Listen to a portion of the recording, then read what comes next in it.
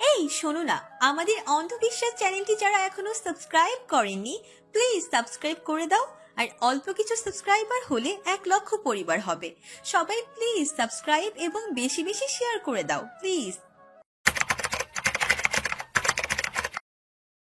ভাবি, দীপা উসমানের দিকে তাকালো।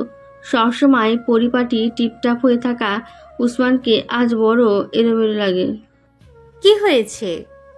দীপা উসমানের চেয়ে বয়সে ছোট, তবুও বড় ভাইয়ের বউ, সেই হিসাবে সবসময় সম্মানের চোখে দেখে এসেছে। কখনো চোখ তুলে তার দিকে তাকায়নি, তবে আজ তাকালো। হালকা করে দু হাতের আঙুলগুলো ধরে চেয়ারে বসালো। সেও আরেকটা চেয়ার টেনে তার সামনে বসলো। বসে কোমল সুরে বলল, ভাবি আমি দিলশাদকে ভালোবাসি, সেও আমাকে ভালোবাসে। আমি তাকে বিয়ে করতে চাই। তুমি তার একমাত্র গার্ডিয়ান, তাই তোমার কাছে আমি তোমার বোনের হাত চাইছি। তুমি কি তোমার বোনের বিয়ে এই অধমের কাছে দেবে? কথা দিচ্ছি, এক চিমটি লবণের দানা পরিমাণও কষ্ট সে আমার কাছ থেকে পাবে না। দীপা হেসে ফেলল। হামিদা বানু লাঠি তুলে উসমানের বাহুতে বাড়ি দিয়ে বলল, ওই হারামজাদা, আমরা মরে গেছি? আমরা মুরব্বি থাকতে তুই হাত চাসকে? উসমান হামিদা বানুর দিকে তাকিয়ে বলল, এত সুন্দর সময়টা নষ্ট করো না তো দাদি, একটু চুপ থাকো প্লিজ। তারপর দীপার দিকে তাকিয়ে বলল, এই হাসির অর্থ আমি কি ধরবো? উমর হাই তুলে উসমানের পাশের চেয়ারে বসলো।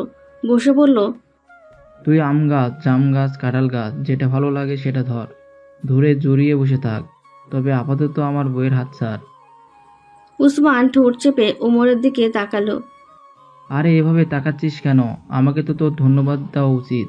আমি যদি সকালে তোর পিছনে আগুন না লাগাতাম তাহলে এত সুন্দরভাবে ব্লাস্ট হতি।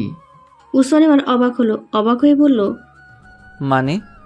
মানে আবার কি? আমি আগেই বলেছি, যদি কিছু হয় দিল সাথে হিসেবে হবে। তার ইচ্ছাটা কি জানতে তো হবে নাকি? তুই এক ঘাটতারা, ওটা আরেক ঘাটতারা, কি থেকে কি করবি ঠিক আছে? তাই আমাদের মাঠে নামতে হলো। দেখ একবারই ছক্কা। উসমান ফুস করে শ্বাস ফেলে বলল, রায়হানকে কে নিয়ে দিলশাদকে যা বলেছ সব এমনি? হ্যাঁ, ব্রেন নিয়ে শুধু সেই খেলতে পারে নাকি? আমরাও পারি। উসমান দীপার দিকে তাকালো। তাকিয়ে বলল, তুমিও? দীপা হেসে বলল, দেখো, আমার কোনো দোষ নেই। আমি যা বলেছি তা সিরিয়াস হয়ে আমি তোমার নামই নিতাম, তবে রায়হানের নাম নিয়ে গিট্টু পাকানোর আইডিয়া তোমার ভাইয়ের। উসমান উঠে দাঁড়ালো। যেতে যেতে বলল, আমার বিয়ে থেকে তোমরা সব বাদ। হামিদা বানু ভেঙচি কাটলো। কেটে বলল, ইস ঢং, আমার বিয়ে থেকে সব বাদ। বেশি করবি, তোর বিয়ে থেকে তুই বাদ। আর শোন খবরদার, কোন দরজার লাগে তেজ দেখাইছস তো? সকালে আমি মরতে মরতে বাঁচছি। আল্লাহ গো, এইভাবে কেউ দরজা লাগায়? আমি তো ভয়েই শেষ। ভাবছি ভূমিকম্পে বুঝি সব ভাঙ্গা চুরা পড়তাছে। দীপা হামিদা বানুর কথাই হেসে ফেলল। হেসে উমরের দিকে তাকালো। উমর তার দিকে তাকিয়েছিল। দীপা হাসলে সে চোখ ফেরাতে পারে না। চোখে চোখ পড়তেই উমর চোখ মারল। সারাদিন দিলশাদ আর রুম থেকে বেরোয়নি। হঠাৎ করে দুনিয়ার লজ্জা তাকে ঘিরে ধরেছে। দুপুরের দীপা টেনে তাকে খাবার টেবিলে নিয়ে এসেছে। ভাগ্যিস উসমান ছিল না, তবে ইউসুফের খুশি দেখে কে। সে একগাদা হাবিজাবি খাবার টাবার নিয়ে হাজির, সব দিলশাদের পছন্দের। তার হাতে দিয়ে বলেছে, এভাবে সবসময় আসো আপু, তুমি না হাসলে আমার হাসতে ইচ্ছা করে না। দিলশাদ অবাক হয়ে তাকিয়েছে। সে কখনো কারো কাছে ভালো হওয়ার জন্য কিছু করেনি, বরং খারাপ হওয়ার মতোই অনেক কিছু করেছে। তবু এই মানুষগুলো তাকে এত ভালোবাসার কারণ কি? দিলশাদ ইউসুফের মাথা এলোমেলো করে বলেছে, আমি এতটাও ভালো না ইউসুফ। ইউসুফ হেসে বলছে, তোমার ভালো হওয়ার দরকার কি? তুমি যেমন আছো তেমনই থাকো। ওই দিলশাদ আপুকেই আমার ভালো লাগে। দিলশাদ হেসেছে, প্রাণ খোলা হাসি। ইস, কতদিন পরে সেভাবে হাসছে। তখনই তার ফোন বেজে উঠল। সে জানে কার ফোন। উসমান সকাল থেকে এই পর্যন্ত 1000বার ফোন দিয়েছে, সে ধরেনি। এখনও ধরল না। হ্যাঁ বলেছে বলেই কি মাথা কিনে নিয়েছে নাকি? উসমানও এপাশ থেকে হাসলো। এই যে ফোন ধরছে না, আর একটুও রাগ হচ্ছে না। সে জানে দিলশাদ কেন ফোন ধরছে না। মেয়েটা হ্যাঁ তো বলেছে, তবে লজ্জা পাচ্ছে। এই লজ্জাটাও তার ভালো লাগছে। সে আবার কল দিল। দিলশাদ এবারও ধরেনি। সে মেসেজ পাঠালো, একটা না, এক পরপর কয়েকটা, আর সবগুলোতেই একটা বাক্য, ভালোবাসি আমার দিল, অনেক অনেক ভালোবাসি। মেসেজ সেন্ড করার মধ্যেই তার ফোনে রিং হলো। নাম্বারের দিকে তাকাতে সাথে সাথেই তার চোয়াল শক্ত হয়ে গেল। তবে সেও ফোন রিসিভ করলো না। দিলশাদ আর তার ছবি পাঠালো আর সাথে মেসেজ লিখলো, এটা তোমাদের ভাবি, ভালোভাবে একটু চিনে রেখো তো। একই ভার্সিটিতে আছো, বিপদে আপদে খোঁজখবর নিতে পারবে। আর সরি, হ্যাঁ, ফোনটা এখন রিসিভ করতে পারছি না, একটু ব্যস্ত আছি। বুঝতেই পারছো, তোমাদের ভাবি বাসায়। ভাবি বাসায় থাকলে ভাইয়েরা কেন ব্যস্ত থাকে, বুঝেছ নিশ্চয়ই? অবশ্যই বুঝবে, সিনিয়র বন্ধু বলে কথা। ইউসুফ যেতেই দিলশাদ মেসেজ দেখলো। তার ঠোঁটের কোণে মুচকি হাসি। এই লোকের মাথা নির্ঘাত খারাপ হয়ে গেছে, এতবার বলতে হয় ভালোবাসি। সে হেসে বালিশে মুখ লুকালো। সেই হাসি অবশ্য বেশিক্ষণ স্থায়ী হলো না। তার ফোন বাজতে লাগলো। প্রথমে সে ভাবলো উসমান, পরে দেখলো আরমান। সে দীর্ঘশ্বাস ফেললো। ধরবে না করেও শেষ সময়ে এসে ধরলো। কানে ধরতেই আরমান চিবিয়ে বলল, শুয়েছিস তুই ওর সাথে? দিলশাদ প্রথমে বুঝলো না। সে ভ্রুকুচকে বলল, কি বললেন? আরমান এবার চেঁচিয়ে উঠল, শুয়েছিস তুই ওর সাথে? শুয়া বুঝিস না? নেকা সাজা, চুমু খাচ্ছিস, কোলে উঠে বসে আছিস, আবার শুয়া বুঝিস না? দিলশাদ হতভম্ব হলো, সাথে রাগও। তবে সে চাচালো না, শান্তভাবে বলল, আরমান ভাই, মন দিয়ে শুনুন। আপনার আর আমার মধ্যে এরকম কোনো সম্পর্ক কখনো ছিল না যে আপনি এভাবে আমার সাথে কথা বলবেন। আর রইল বাকি কথা, যেগুলো আপনার সামনে আমার মুখেও আনতে বাধছে, সেগুলো আমি যার সাথে ইচ্ছা তার সাথে করব। সেটা আপনার কি? আপনি আর কখনো আমাকে ফোন দেবেন না। বলে দিলশাদ ফোন কেটে দিল। কেটে অবশ্য লাভ হলো না। আরমান ফোন দিতেই থাকলো। সে নাম্বার ব্লক করে কপালে হাত রেখে শুয়ে পড়ল। মেজাজ খারাপ হচ্ছে তার। কিছুক্ষণ যেতেই আবার ফোন বাজলো, আননোন নাম্বার। সে বিরক্ত হয়ে রিসিভ করে প্রায় চেঁচিয়ে বলল, বলেছি না আর আমাকে ফোন দেবেন না। আরমানের কণ্ঠ এবার নরম। সে কোমল সুরে বলল, দিলশাদ, সরি, আমার ভুল হয়েছে। তোমার ছবি ওই কুত্তার বাচ্চার সাথে দেখে মাথা গরম হয়ে গেছে। দেখো, তোমার অতীত নিয়ে আমার কোনো সমস্যা নেই, তবুও তুমি রাগ করো না প্লিজ। দিলশাদ দীর্ঘশ্বাস ফেলে বলল, এগুলো আমার অতীত না আরমান ভাই, বর্তমান ভবিষ্যৎ। আপনি আমাকে ভুলে যান, এটাই আমাদের জন্য ভালো। রাখি, আশা করি আর বিরক্ত করবেন না। দিলশাদ করুণ মুখে তার খালামণির দিকে তাকালো। সে চোখ মুখ ভাসিয়ে নাক টেনে কাঁদছে। এটা নতুন না, তিনি ভালো মন্দ সব বিষয় নিয়েই একচোট কাঁদেন। দিলশাদের তবুও খারাপ লাগলো। আজকাল কেন জানি অল্পতেই মন সিক্ত হয়। আজ আহাদের আকিকা বড় অনুষ্ঠান করা হচ্ছে, যার কারণে আজকেই বাড়িতে আত্মীয় স্বজনের মেলা। দীপার দিক থেকে শুধু খালামণি এসেছে, বাবা মা নেই। বাকি আত্মীয় স্বজনের সাথে তেমনভাবে পরিচয় হওয়ারই বা সময় পেল কই। তবু সবাইকে বলা হয়েছে। এখন আসা না আসা যার যার ব্যাপার। দীপার খালামণি সাহিদা কাঁদতে কাঁদতে কাপড়ে একচোট নাক ঝাড়লেন। দিলশাদ অন্যদিকে তাকিয়ে ঢোক গিলতে গিয়ে তার প্রায় বমি আসার জোগাড়। সে কোনোরকম টিস্যু পেপার এগিয়ে দিয়ে শান্তভাবেই বলল, হয়েছ তো, আর কত কাঁদবে? আশ্চর্য, তোদের জন্য এখন কাঁদতেও পারবো না। ঘর ভর্তি দুনিয়ায় মানুষ, কেউ এসে দেখলে কি ভাববে বলো তো? যা ভাবার ভাবুক, আমার মনের কষ্ট আমি কাঁদবই। চুপ। দিলশাদ কিছু বলল না, মুখ ভোতা করে বসে রইল। যখন থেকে উসমান আর তার কথা শুনেছে, শুরু হয়েছে খালামণির প্যানপ্যানানি। ভাগ্যিস তাও আবার রুমের মধ্যে, বাড়ি ভরা দুনিয়ার মানুষ। তা না হলে এক একজন প্রশ্ন করে করে মাথা খেয়ে ফেলতো। এমনিতে উসমান আর তার ব্যাপার নিয়ে আত্মীয় স্বজনের মধ্যে হট টপিক সে। গ্রামে যত মেহমানি আসছে একবার না একবার এই রুমে উকি দিচ্ছে। কেউ হেসে কিছুক্ষণ গল্প টল্প করছে, তারা তাকে চেনে, তার ব্যাপারে সব জানে, আগেও একবার দেখেছে। তবুও দেখা যাচ্ছে তার ব্যাপারে তাদের খুব আগ্রহ। বিজ্ঞের মতো এটা সেটা জিজ্ঞেসও করছে। সে বুঝতে পারে না এত অল্প সময়ে এত মানুষের জানাজানি হচ্ছে কিভাবে। খালামণি আবার একচোট নাক ঝাড়লেন। দিলশাদের পেট মুড়িয়ে উঠল। সে অসহায়ভাবে তাকালো, মনে মনে বলল, আল্লাহ রক্ষা করো। আল্লাহও তার দোয়া কবুল করলো। তখনই দীপা আসলো। এসে অবাক হয়ে বলল, আল্লাহ, খালামণি তুমি এখনো কাঁদছো?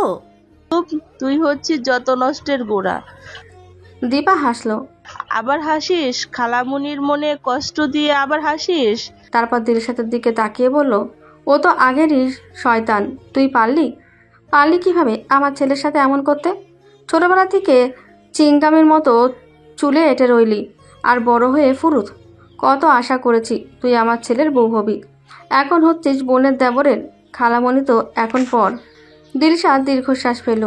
দীপা শাহেদাকে সাইড থেকে জড়িয়ে ধরল, কাঁধে মাথা রেখে বলল, কে বলেছে পর? এই যে মা নেই, তোমাকে জড়িয়ে ধরেই তো মায়ের গন্ধটা নেই। এখন তুমি যদি আমাদের না বুঝো তাহলে আমরা কোথায় যাব? এই কথায় শাহেদা আরো কেঁদে ফেলল, কেঁদে বলল, ছাড়, আর ঢং করতে হবে না। খালামণি তুই একটু খবর নিতেও দেখি না। আমি ফোন করে করে মরি। দুটো বোন ছিলাম আমরা, সেই বোনের স্মৃতি তোরা। তোদের জন্য কতটা পুরে তোরা বুঝবি না। দিলশাদ মলিনভাবে হাসল, হেসে সেও এগিয়ে গেল। এই সাইড থেকে সেও শাহেদাকে জড়িয়ে ধরে ঝরঝরিয়ে কেঁদে ফেলল। বাবা মার কথা উঠলেই তার দম বন্ধ হয়ে আসে। শাহেদা এবার থামল, পরম মমতায় দুই ভাগ্নিকে দুই হাতে আগলে ধরল। তখনই ইউসুফ আসলো, তার হাতে কোলে আহান আহাদ বিরক্ত মুখে বলল, তাড়াতাড়ি ধরো তো ভাবি, এই দুটো আমার জান খেয়ে ফেললো। দীপা দিলশাদ দুজনে চোখ মুখ মুছল শাহেদাও। মুছে দীপা বলল, এত কলিজা কলিজা করিস, এখন 2 মিনিটেই এই হাল। ছোট ছিল ভালো ছিল ভাবি, এখন দম বের করে ফেলে। এই দেখো, সব শক্তি ক্ষয় করেও ব্যাগ আনতে পারছি না। দীপা হাসল। দিলশাদ এগিয়ে গেল, তাকে দেখলেই এই দুটো উল্টে দৌড় মারে। সে দুটোর হাত ধরে টেনে নিজের কাছে আনলো, এনে জোর করে দুটোর গালে দুটো চুমু বসিয়ে দিল। তখনই উমর এলো, এসে বলল, ব্যাপার কি শালি সাহেবা, আমার ছেলেদের ওপর এত জোর জবরদস্তি, এত অত্যাচার কেন? আপনার ছেলে কই? এখানে তো সেরকম কাউকে দেখছি না। আচ্ছা, জাপটে ধরে সে বসে আছো, তাহলে এই বিচ্ছু দুটো কে? আচ্ছা আচ্ছা, এই দুটোর কথা বলছেন, কিন্তু এই দুটো তো আমার আব্বু। বলতে দিলশাদ থেমে গেল।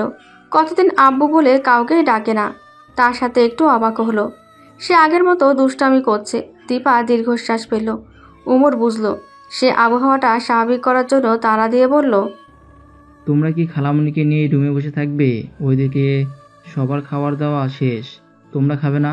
দীপা উঠল, শাহেদা আর দিলশাদের দিকে তাকিয়ে বলল, হ্যাঁ আসো, আমি ডাকতে এসেছিলাম, এসে গল্পে মজে গেছি। আসো খালামণি, এই দিলশাদ আয়। সবাই বেরোলো। বেরোতেই রুবিনার সামনে পড়ল। সে সকালে এসেছে। সে দিলশাদের দিকে একবার তাকালো। সে এসেছে পরে দিলশাদের সাথে তেমন কথাবার্তা বলেনি। দিলশাদও আগ বাড়িয়ে যায়নি। দিলশাদ থেকে চোখ ফিরিয়ে উমরকে বলল, এই বিচ্ছু দুটোকে আমার কাছে দিয়ে যা, তাহলে শান্তিতে খেতে দেবে না। উমর দুটোকে দিয়ে এগোলো। দুপুরের খাবারের আয়োজন আজকে বাইরে, ঘরের ভেতরে আর ঝামেলা করেনি। দিলশাদও তাদের সাথে এগোলো। এগিয়ে বসতে সুমি এলো, গাল ফুলিয়ে বলল, সব দেখেছি, আজকাল আর কেউ খবর নেয় না। দিলশাদ হাত ধরে টেনে পাশের চেয়ারে বসালো। বসিয়ে সেও বলল, হুম, আমিও দেখছি, জামাই রেখে আমাদেরকে কত খোঁজ খবর নিচ্ছে। সুমি হেসে ফেলল, হেসে বলল, হ্যাঁ আমিও দেখবো। তোমাদের উসমান ভাইকে রেখে আপনিও কত খোঁজ খবর নেন। দিলশাদ ভ্রু উঁচিয়ে বলল, কেন, তোমার উসমান ভাই বুঝি দুশিংওয়ালা যে তাকে রেখে কারো খোঁজ খবর নেওয়া যাবে না? সেটা তো কয়েকটা দিন পরেই বোঝা যাবে। রাখা যাবে না, না যাবে না। আচ্ছা দেখো, এখন বলো কোথায় ছিলে? সেই প্রথম দিন যা দেখলাম আর তো আসলেই না। শরীরটা ভালো যাচ্ছে না, তাই আসেনি। দিলশাদ ভ্রু নাচিয়ে বলল, গুড নিউজ নাকি? কি জানি, তাই এখনো জানি না। তাহলে জানো কি? তাও জানি না। দিলশাদ হাসলো। হাসতেই তার নজর গেল গেটের কাছে। উসমানের গাড়ি ঢুকছে। সে একটু অবাক হলো। উসমান বাসায় ছিল না নাকি? উসমানের সাথে তার আর সামনাসামনি দেখা হয়নি। অবশ্য সে ইচ্ছে করে রুম থেকে খুব একটা বেরোয়নি। তার ফোনও বন্ধ। আরমান ভাই জ্বালিয়ে মারছে। সোজাভাবে বলার পরও কলের ওপরে কল করছে। শেষমেশ বিরক্ত হয়ে সে ফোন অফ করেই রেখেছে। ফোন অফ করার কারণে উসমানের সাথেও তার কথা হয়নি। সে দীপার দিকে তাকালো। সে তার পাশেই বসেছে। উমর ভাই অবশ্য বসেনি। সে এটা সেটা এগিয়ে দিচ্ছে। দিলশাদ দীপাকে বলল, উসমান ভাই বাসায় ছিল না? দীপাও অবাক হয়ে তাকালো। তাই তো, উসমান ভাই কই? এত ঝামেলায় সে খেয়াল করেনি। তাই ছেলেরা সব বাইরে ব্যস্ত ছিল, তাই ভেবেছে হয়তো সেখানেই ছিল। সে উমরের দিকে তাকালো। উমর অপ্রস্তুতের একটা হাসি দিয়ে বলল, তোমরা খাও, হ্যাঁ আমি একটু আছি। বলেই হড়বড় করে চলে গেল। দীপা অবাক হলো দিলশাদও। সে উমরের যাওয়ার দিকে ভ্রু কুঁচকে তাকিয়ে রইল। দিলশাদ রুমে এসেই ফোন চালু করলো। করতেই একের পর এক মেসেজ আসতে লাগলো। সে শেষ মেসেজটা ওপেন করলো। এটা এসেছে আজ সকাল 8টায়। এরপরে আর আসেনি। সেখানে লেখা, তোমাকে আমি খুন করব দিশাদ, সত্যি করব। তুমি শুধু আমার নয়তো কারণ নয়। দিলশাদ কিছুক্ষণ নিশ্চুপ দাঁড়িয়ে রইল। তারপর আরমানের নাম্বারে ফোন দিল। ফোন বন্ধ। তার পাশে পায়েলের নাম্বারে ফোন দিল। রিসিভ হতেই বলল, আজকে ভার্সিটি গিয়েছিলে? হ্যাঁ, কেন, কি হয়েছে? আরমান ভাইকে দেখেছিলে? আরে কি হয়েছে জানো না? একদল লোক নাকি আরমান ভাইকে তুলোধনা করেছে। শুধু তাকেই না, তার সাঙ্গপাঙ্গু সবাইকে। তারা তো সবাই হসপিটালে। ভার্সিটিতে দেখবো কিভাবে পুলিশ টুলিশ নিয়ে নাকি হুলুস ব্যাপার। দিলশাদ আর কিছু বলতে পারল না। সে ফোন ডাকলো। ফোন রেখে পেছনে ফিরতে চমকে গেল। উসমান দরজার সাইডে হেলান দিয়ে দাঁড়িয়ে, সব সময়ের মতো টিপটপ, চুল হালকা ভেজা, দেখতে ফ্রেশ লাগছে। এসে সম্ভবত এর মধ্যে গোছলও করে ফেলেছে। দিলশাদ কিছু বলল না। সে স্বাভাবিকভাবে খাটে বসলো। উসমানও এগিয়ে গেল, হাঁটু গেড়ে দিলশাদের ঠিক সামনে বসলো। বসে এক দৃষ্টিতে তাকিয়ে রইল। দিলশাদের অস্বস্তি হলো। সে উঠতে চাইল, উঠতে পারল না। উঠতে পারলে তো। উসমান 2 হাত দিয়ে আটকে ফেলল। তার ঠোঁটে দুষ্টু হাসি। দিলশাদ বিরক্ত হলো। বিরক্তি নিয়েই বলল, হাত সরান। কেন? দিলশাদ ভ্রু কুঁচকে বলল, কেন মানে কি? হাত সরান। যদি না সরাই? সব সময় ফাজলামি ভালো লাগে না। ফাইজলামি করছি তোমাকে কে বলল? দিলশাদ ঠোঁট চেপে বিরক্ত মুখে কিছুক্ষণ বসে রইল। ঘর ভর্তি দুনিয়ার মানুষ। হঠাৎ এক একজন এসে হাজির হচ্ছে। কেউ এসে এভাবে দেখলে কি ভাববে? সে আবারও বলল, এখান থেকে উঠুন, দরকার পড়লে ওই সামনের চেয়ারে গিয়ে বসুন। আমার যেখানে দরকার আমি সেখানে আছি। দিলশাদ ঠোঁট মুখ চেপে আবার কিছুক্ষণ বসে রইল। মনে মনে নিজেকে শান্ত করলো। এই ঘাততারাকে তাড়া করে কিছু বললে কখনো শুনবে বলে তো মনে হয় না। সে আস্তে করে বলল, সামনে থেকে উঠুন প্লিজ। কেন, কি সমস্যা? বাড়ি ভর্তি মানুষ, বাইরে যান, কেউ দেখলে অন্য কিছু ভাববে। অন্য কিছু নেই? না নেই। 2 দিনের ডিসিশন চেঞ্জ? হ্যাঁ। জানতে পারি কেন? আমার কোনো গুন্ডার সাথে অন্য কিছু হবে না। সত্যি? দিলশাদ চোখ তুলে তাকালো। উসমান তার দিকে এক দৃষ্টিতে তাকিয়ে আছে। সে সেই চোখের দিকে তাকিয়েই বলল, 3 সত্যি। উসমান হাসলো, হেসে বলল, যা হওয়ার হয়ে গেছে দিলশাদ, সেটা আর চেঞ্জ হবে না। এখন তুমি চাইলেও না। হতে কতক্ষণ? উসমান হাসলো, হেসে বলল, সেই সুযোগ আর আমি তোমাকে দেব না মিস দিলশাদ। কেন, কি করবেন? পাগলামি, সেটা তো এখনো দেখলেই না। দিলশাদ ফ্রু কুঁচকে তাকালো। উসমান দিলশাদের মুখ দেখে হেসে ফেলল।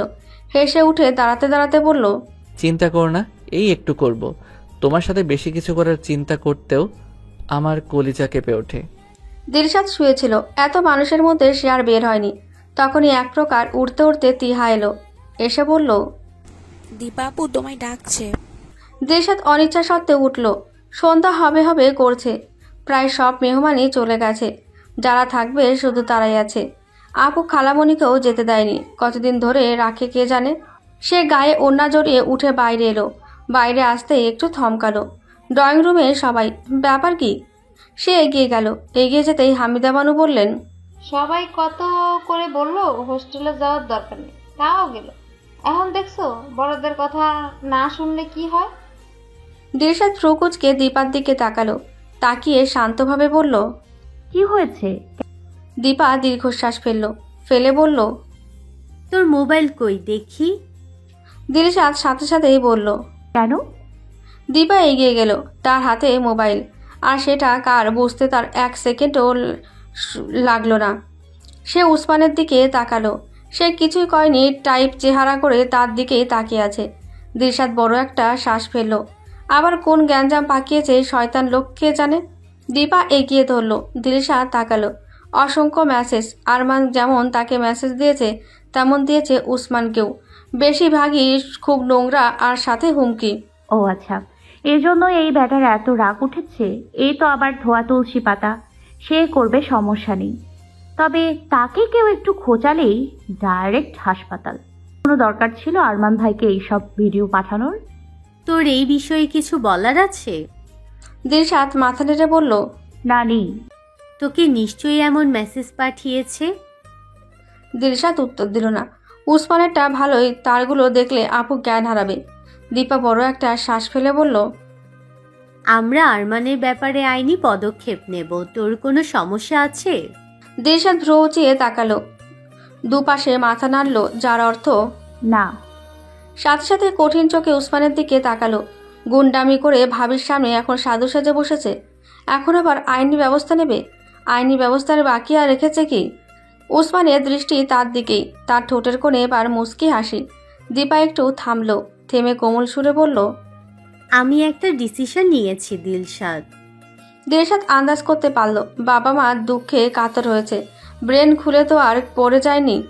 সে দীর্ঘশ্বাস ফেলে বলল, তোমার সমস্যা কি আপু জানো? যে কেউ অল্পতেই তোমার ব্রেন ওয়াশ করতে পারে। অবশ্য এতে তোমার দোষ নেই। যারা ব্রেনের চেয়ে হৃদয় বেশি ব্যবহার করে তাদেরই সমস্যা হবে। দীপা এত টেনশনের মাঝেও হেসে ফেলল। এত বুদ্ধি এই মেয়েটা পেল কোথা থেকে কে জানে। আরমান, দিলশাদ আর উসমানকে নিয়ে পুরো ভার্সিটিতে নোংরা কথা ছড়িয়েছে, আরও ছড়াবে না সে গ্যারান্টি কি? যেহেতু উসমানকে নিয়ে দিলশাদের সমস্যা নেই, তো নোংরা কথার পালে সে আর বাতাস লাগতে দেবে না। সে এগিয়ে গিয়ে দিলশাদের গালে হাত রাখলো, কোমল সুরে বলল, একবার এই বোনের উপর বিশ্বাস রাখ না দিলশাদ। দিলশাদ আবারও বড় একটা দীর্ঘশ্বাস ফেলল। কোন কুক্ষণে শয়তান ব্যাটাকে হ্যাঁ বলেছিল, সে দাঁতে দাঁত চেপে পড়ল, আমার কোনো সমস্যা নেই, যা খুশি করো। দীপা খুশি হলো। সে ভেবেছিল দিলশাদ বেঁকে বসবে, তবে স্বাভাবিকভাবে রাজি হওয়াতে সে হাঁপ ছাড়ল। দিলশাদের হ্যাঁ বলতেই দেরি, বিয়ের ব্যবস্থা হতে দেরি হলো না।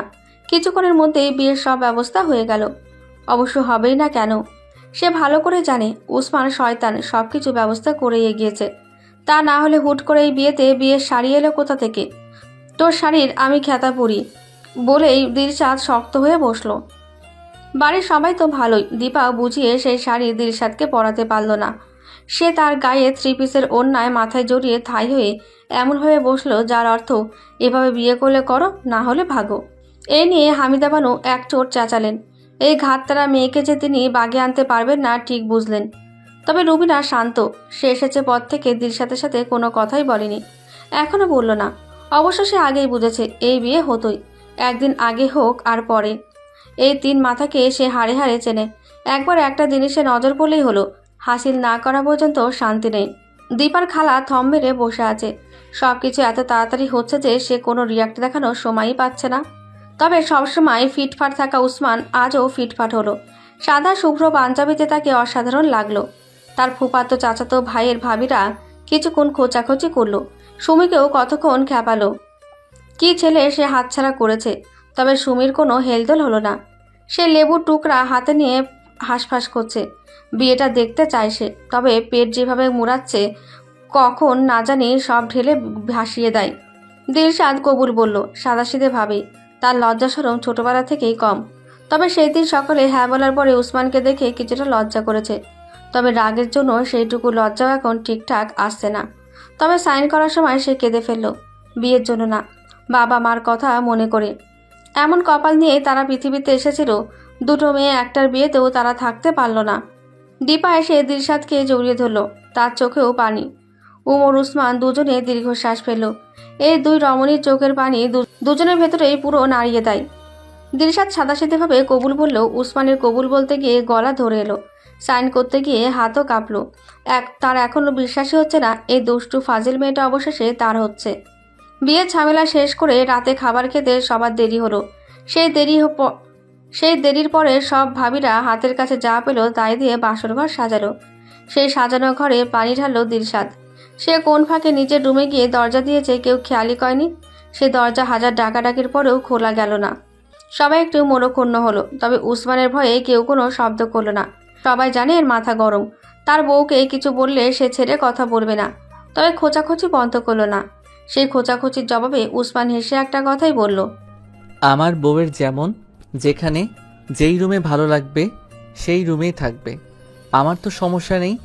যেই ভাবির সমস্যা সে যেন তার জনকে নিয়ে আমার বাসর ঘরে চলে যায়। এই কথা শোনার পরে আর একটাও আশেপাশে থাকেনি। লজ্জায় সব কয়টা ভেগেছে। আর সবচেয়ে বড় কথা হামিদা বানু, যে এতক্ষণ দিলশাদকে বকে তুলোধনা করলেও এখন হাসছে, হেসে সবাইকে বলছে, নয়া বোরা একটু একটু করবই, আমি নিজেও করতাম। ওগো দাদার দেখা ওই রুমে পালাইছি। নিজের বউয়ের পোষ মানাইয়া খাসায় বন্দি না করতে পারলে তো কিসের পুরুষ মানুষ। রুবিনা সব ব্যাপারে চুপ থাকলেও এটা নিয়ে অসন্তুষ্ট হলেন। হয়ে ওভাবে কিছু না বললেও বিড়বিড় করতে লাগলো, বিয়ে হতে না হতেই ঢং শুরু হয়েছে। বিয়ে করতে পারছে, এক রুমে থাকতে ঢং। আর এই মেয়েকেই বিয়ের জন্য মরে যাচ্ছিল। এখন থাকো, বিয়ে করো বউ ছাড়া। আর এই সব ব্যাপারে একেবারে চুপ থাকলো দীপা। সে উসমানের ভাবি হলেও দিলশাদের বড় বোন। একটা সংকোচ থেকেই যায়। সে নিজের রুমের দিকে এগিয়ে গেল। সারাদিনের ক্লান্তিতে সে বিছানায় গা এলিয়ে দিল। আহাদ তার দাদা দাদির কাছে। সাবিয়া সবসময় তাদের আগলেই রাখে। সে চোখ বন্ধ করতেই একটা হাত তার চুলে বিড়ি কাটতে লাগলো। দীপা হালকা হাসলো, হেসে হাত টেনে গালে রাখলো, রেখে বলল, সারাদিন এত দৌড়াদৌড়ি করলে এখনো বসে আছো কেন? ফ্রেশ হয়ে শুয়ে পড়ো। উমর দীপার সাইডের সাথে সাথে শুয়ে পড়ল। শুয়ে দীপার মাথা বুকে টেনে আনলো, দু হাত দিয়ে জড়িয়ে ধরে বলল, এই যে আমার সব ক্লান্তির ঔষধ। দীপা হাসলো, হেসে মুখ উঁচিয়ে উমরের বুকে থুতনি রেখে বলল, উসমান ভাই কই? দেখলাম তো রুমে গেল। দীপা কিছু বলল না, মুখ টিপে হাসলো। উমর দীপা চুলে বিলি কাটতে কাটতে বলল, হাসছো কেন? হাসি কর না। তোমার ভাইয়ের কথা চিন্তা করে হাসছি। বিয়েটা ধীরে সুস্থেও দেওয়া যেত, আজকে এমন ধরে বেঁধে দিলে কেন? ব্যাসেই দিলশাদ শুধু তোমার মুখের দিকে তাকিয়ে হ্যাঁ বলেছে। ইস, শালির জন্য পুড়ে যাচ্ছে। শালি হলে পুড়তো না, বোন বলে মনে করি তো তাই পড়ে। তুমিও কম কিসে, দেওরের দুঃখে তো গড়াগড়ি খেলে। দীপা হেসে ফেলল। দুপুরের পর উসমান ভাই তার সাথে আসলো, কাতরভাবে বলল, আমার সব কিছুর বিনিময়ে তোমার বোনকে চাইছি, তাকে আমার করে দাও ভাবি। আমাদের মা নেই, মা বলো ভাবি বলো আছে তো তুমি, তাই তোমার কাছে আবদার করলাম। দিলশাদের বোন না, আজ একটু আমাদের হয়ে ভাবো প্লিজ। দীপা দীর্ঘশ্বাস ফেলে চোখ বন্ধ করলো। এতদিনের সম্পর্কে এই প্রথম দিলশাদ এই বাড়ির হয়ে কোনো ডিসিশন নিল। অবশ্য আরমানের ব্যাপারটাও প্লাস পয়েন্ট। আর তাছাড়া যে তার সব কিছুর বিনিময়ে তার বোনকে চাইতে পারে, তাকে সে ফিরিয়ে দেবে কি করে? এর চেয়ে ভালো আর তার বোনের জন্য কে হবে? দীপা আবার চোখ খুলো, মাথা তুলে ওমরের দিকে তাকিয়ে চিন্তিত হয়ে বলল, ছেলেটা আবার দিলশাদের কোনো ক্ষতি করবে না তো? উমর হাসলো, হেসে বলল, সে শুধু এখন তোমার বোন না দীপা, সে উমর শেখের বোন, ওসমান শেখের বউ। দিলশাদের গায়ে ফুলের টোকাও দেওয়ার আগে আমাদের সামনে পাবে, তবে আর কিছু করবে বলে মনে হয় না। দীপা ভ্রুকুচকে বলল, কেন? ওমর আবারও হাসলো, হেসে দীপার কপালে চুমু খেলো। দীপা মুখ ফুলালো, ফুলিয়ে বলল, তোমার এই একটা ব্যাপার আমার একদম অপছন্দ। অর্ধেক কথা বলে বাকি কথা পেটে রেখে দাও। আচ্ছা। বলে উমর ঝোট করে দীপাকে ঘুরিয়ে ফেলল। হাতের আঙুলের ভাঁজে হাত রেখে খাটে চেপে ধরে বলল, বাকি সব পছন্দ তো? দীপা হেসে ফেলল, খিলখিলানো হাসি। বোনকে নিয়ে এতদিন যে দুশ্চিন্তায় ছিল, আজ যেন তার অবসান হলো। সে হেসে বলল, কিচ্ছু পছন্দ না, একদমই না। আজকেও দিলশাদের ঘুম ভাঙলো খুব ভোরে। ঘুমিয়েছে বলতে গেলে একেবারে শেষ রাতে। এই বড় জোর 2-3 ঘন্টার মতো। কেন জানি আগের মতো শান্তির একটা ঘুম দিতে পারে না। সে উঠে বসলো, এখনো আলো ফোটেনি। চারদিক থেকে আজানের শব্দ ভেসে আসছে। সে উঠে অজু করে নামাজে দাঁড়ালো। নামাজ শেষ করে সে জানলার পাশে দাঁড়ালো। এই বাসায় কোনো রুমের সাথে বারান্দা নেই। রুম করেছে বিশাল বড়, তবে বারান্দা নেই। দিলশাদের আবার বারান্দা পছন্দ। হুটহাট বসে দূর দূরান্তে হারিয়ে যাওয়া যায়। আর এখন তো গ্রামে। গ্রাম যতই শহরের প্রতিচ্ছবি হোক, শহরের সকাল আর গ্রামের সকালের মধ্যে আকাশ পাতাল পার্থক্য। গ্রামের সকালটা হয় নরম, কোমল, স্নিগ্ধ। শহরেরটা শুরু হয় কেমন যান্ত্রিক শব্দে। তাই একটা বারান্দা থাকলে এই স্নিগ্ধ সকালটার সৌন্দর্য মন ভরে নেওয়া যেত। তখনই তার ফোন বাজলো। এই ভোর রাতে তাকে আবার কার প্রয়োজন পড়লো? সে এগিয়ে গেল, মোবাইলে চোখ রাখতে একটু অবাক হলো। উসমান এত ভোরে ঘুমায় নেই নাকি? সে সাথে সাথে মুখ বাঁকালো, না ঘুমালে নেই তার কি? ফোন রিং হতে হতে ক্লান্ত হলো। দিলশাদ ফোন রিসিভই করলো না। তার রাগ এখনও কমেনি। এই হঠাৎ বিয়ে সব নাটের গুরু যে উসমান সে জানে, তাই ফোন নিয়েই তুই বসে থাক। কল কেটে গেছে, সাথে সাথে আবার মেসেজ আসলো। দিলশাদ দেখলো, লেখা আমি গেটের কাছে অপেক্ষা করছি। দিলশাদের ফ্রু কুঁচকে গেল। গেটের কাছে অপেক্ষা করছি মানে কি? কেন করছিস রে পাহাড় পর্বত? আমি বলেছি করতে? তখনই আবার মেসেজ এলো। এখন অবশ্য তেমন কিছু লেখা নেই, শুধু একটা শব্দ, দিলশাদ। মেসেজের যান্ত্রিক শব্দে কি অনুভূত বোঝা যায় কি জানি, তবে তার মনে হলো হৃদয়ের ব্যাকুলতা নিয়ে উসমান তাকে ডাকছে। সে ঝিম মেরে কিছুক্ষণ বসে রইল। তার এক মনে বলল, চলো দেখি কেন এত ডাকাডাকি। আবার অন্য মন বলল, জাহান্নামে যাক। আবার পরক্ষণে কেমন অস্থির লাগতে শুরু করলো। আর এই অস্থিরে সে নিজের প্রতি নিজেই বিরক্ত হলো। ধুর, বলেই ভালো করে মাথায় থেকে গায়ের ওড়না জড়ালো, জড়িয়ে বেরিয়ে আসলো। মানুষ কেন যে ভালোবাসে, এই ভালোবাসাই হচ্ছে সব অশান্তির মূল। যদি ভালোবাসা না থাকতো মানুষ সবসময় সুখে থাকতো। সে রুম থেকে বেরোলো বলতে গেলে একেবারে নিঃশব্দে। অবশ্য তার নিঃশব্দের চেয়ে পুরো বাড়ি বেশি নিস্তব্ধ। কালকে সবাই অনেক রাতেই ঘুমিয়েছে, তাই এত সকালে কারো ওঠার কোনো চান্সই নেই। সে ধীরে ধীরে এগিয়ে গেল। ড্রয়িং রুম পুরো অন্ধকার, তবে কাঠের দরজা চাপানো। উসমান বেরিয়েছে তাই হয়তো। সে বাইরে আসলো। আধো আলো আধো অন্ধকারে দেখলো গেটের সামনে উসমান বাইক নিয়ে দাঁড়িয়ে আছে। এত সকালে এই বান্দা যাচ্ছেটা কোথায়? দিলশাদ আস্তে আস্তে এগোলো। আর আশ্চর্য হলো, তার এখন আবার লজ্জা করছে। শুধু যে লজ্জা তা না, ভেতরটা হালকা কাঁপছে। কি যন্ত্রণা দেখো তো, একে কি সে নতুন দেখছে? দিলশাদ কোনো রকম ঢোক গিলে উসমানের দিকে তাকালো। এতক্ষণ অন্ধকারের জন্য ভালোভাবে দেখা যায়নি। তার গায়ে কালো টি শার্ট আর ট্রাউজার। এত সকালেও সে ফিটফাট বাবু সেজে বসে আছে। সে এগোতে এগোতে একবার নিজের দিকে তাকালো। গায়ে গতকালকে 3 পিস, এলোমেলো কুচকানো। ভাগ্য ভালো মাথা ঢেকে এসেছে, তা না হলে চুল হয়ে আছে কাকের বাসা। তার বিরক্ত আবার ফিরে এলো। ছেলে মানুষের এত ফিটফাট হয়ে থাকতে হবে কেন? তারা হবে এলোমেলো অগোছালো, তাদের তো গুছিয়ে দেবে তাদের প্রেয়সীরা। সে চোখে মুখে এক রাজ্য বিরক্তি নিয়ে উসমানের সামনে দাঁড়ালো। উসমান হাসলো। হেসে ওই বিরক্ত মাখা মুখের দিকেই মুগ্ধ চোখে তাকিয়ে রইল। অন্যায় মোড়ানো গোলগাল ছোটখাটো মুখটা এত আদুরে লাগলো। নানান দুষ্টু ইচ্ছে মাথায় ঘুরপাক খেতে লাগলো। দিলশাদ লজ্জা পেল, তবে বুঝতে দিল না। কণ্ঠে বিরক্ত ঢেলে প্রায় ধমকে বলল, এভাবে তাকিয়ে আছেন কেন? খোঁচা মেরে চোখের গুটি বের করে দিব বলে দিলাম। উসমান আবারও হাসলো। এই মেয়ে পারেও। সেই হাসি নিয়েই বলল, আচ্ছা করো, তুমি না বললেও আমি জানি এটা তোমার অনেক দিনের ইচ্ছা। হ্যাঁ, থাকবে না? প্রথম দিন থেকেই তো শুরু করেছেন এই তাকাতাকি। শুধু আমি বলে শুয়ে গেলাম। এটা অবশ্য ঠিক বলেছ, শুধু তুমি বলেই। আমি বলেই তো কি? অন্য কিছু? কিসের অন্য কিছু? সেটা তুমি ভালো করেই জানো দিলশাদ। দিলশাদ ফ্রুকুচকে কিছুক্ষণ তাকিয়ে রইল, তারপর বলল, মাথা জানি আমি আপনার। এসব ফাজলামি করার জন্য এই 7 সকালে এখানে আসার জন্য মেসেজ দিয়েছেন। তো তুমি কি অন্য কিছু করব ভেবেছিলে? দিলশাদ ঠোঁটে ঠোঁট চাপলো, তবে কিছু বলল না। কোন দুঃখে সে এসেছিল সে চলে যেতে নিল। উসমান ডাকলো, দিলশাদ। দিলশাদ ঘুরে দাঁড়ালো, তবে মুখে কিছু বলল না।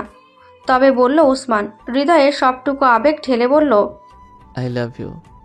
দিলশাদ থমকালো। হ্যাঁ বলার পর থেকে উসমান এই শব্দ কতবার যে বলেছে তার হিসেব নেই। মেসেজের পর মেসেজ দিয়েছে শুধু এই শব্দ দিয়ে। তবু তার কোথাও যেন ছুঁয়ে গেল। রাগ টাক ধুয়ে সব শেষ হয়ে গেল। সাথেও বুঝলো মেয়েরা পটে লাট্টু হয় কিভাবে। ঠিক এইভাবেই পটিয়ে ভালোবাসার মতো সর্বনাশা জালে আটকে ফেলে। সে নিজেকে সামলে কোনো রকম বলল, আমি যাচ্ছি। যেতে দিলে তো কি করবেন? তুলে নিয়ে যাবেন? এসব তো আপনারা আবার খুব ভালো পারেন। উসমান হাসলো, হেসে বাইকে উঠে বসলো। বসে বলল, আরো অনেক কিছুই ভালো পারি দিলশাদ। সুযোগ দিচ্ছ কই? এখন আসো তো, সূর্য উঠে গেলে ভালো লাগবে না। দিলশাদ কিছুক্ষণ ঠোঁট কামড়ে তাকিয়ে রইল। যাবে কি যাবে না মন দুয়াশায় ভুগলো। পরে মন বলল, যা যা হবার হবে। এমনিতেও রুমে গিয়ে ঝিম মেরে বসেই থাকতে হবে। সে এগিয়ে গিয়ে বাইকে উঠল, তবে এক সাইডে পা ঝুলিয়ে না। উসমানের যেভাবে বসেছে তার মতো করে, তবে কাঁধে হাত রাখলো না। তার টান স্ত্রী করা টি শার্ট দুহাতে মুচড়ে পেছনে শক্ত করে ধরে বসলো। উসমান আবারও হাসলো, হেসে বাইক এক টান দিল, ভালো স্পিডে দিল। দিলশাদের অবশ্য তেমন সমস্যা হলো না। এর আগে রায়হানের সাথে সে 1000বার বাইকে উঠেছে, এই আর কি। বরং তার ভালো লাগছে। সেই ভালো লাগা থেকে কখন যে তার হাত মুচড়ে ধরা টি শার্ট থেকে উসমানের কাঁধে উঠে গেছে সে খেয়ালই করেনি। নিয়মিত ভালোবাসার গল্প শুনতে এবং পড়তে আমাদের অন্ধবিশ্বাস চ্যানেলটি সাবস্ক্রাইব করে পাশে থাকা বেল আইকনটি ক্লিক করুন। ধন্যবাদ সবাইকে।